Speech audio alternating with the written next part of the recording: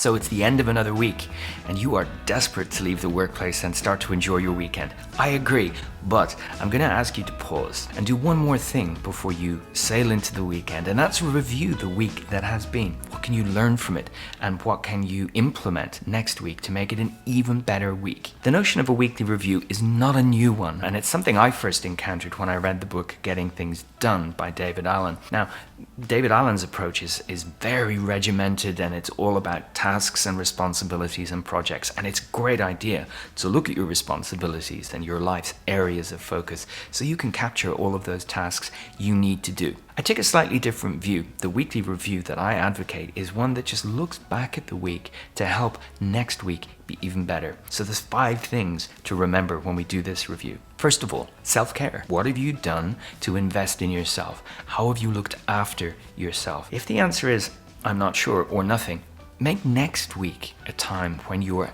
intentionally taking some time to look after yourself. Self-care can take many forms. The most important point is that it's something that helps you feel better, and it's sustainable. Sustainability just means that it's not something that's going to take away from your well-being if you keep doing it. So hopping in the bath with a glass of wine could be self-care as long as it's not every night. W is for wins. What's gone well this week? What are you proud of? What did you accomplish?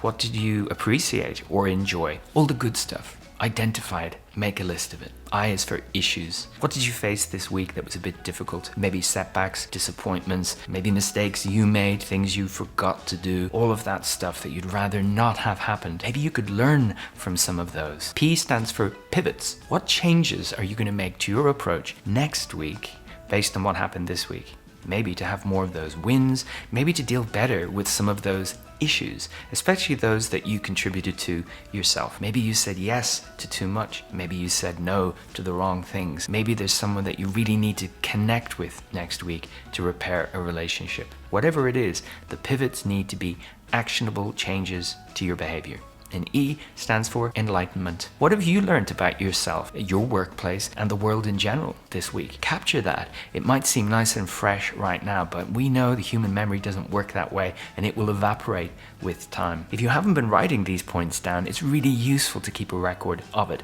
There's no rules here. A notebook, an online document, however you want to do it. But it's very useful to be able to look back at our learning and our reflections and our ideas over time. So self-care, wins, issues, pivots, and enlightenment. A really nice, simple review. Now you've done it, go off. Enjoy your weekend. I'll see you in the next one.